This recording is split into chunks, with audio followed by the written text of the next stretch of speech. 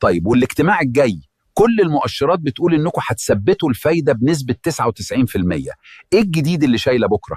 فعلا هنثبت الفايده بنسبه كبيره، لكن المهم هي نبره كلامي في المؤتمر الصحفي، هي دي اللي هتحرك الذهب والدولار وهتبين بنفكر ازاي الفتره الجايه وهل فعلا التضخم بيزيد ولا لا. طيب انا محتاج افهم، يوم الاربعاء هنفترض كانت نبرتك محبطه وقفلت باب خفض الفايده خالص، الذهب هيروح فين؟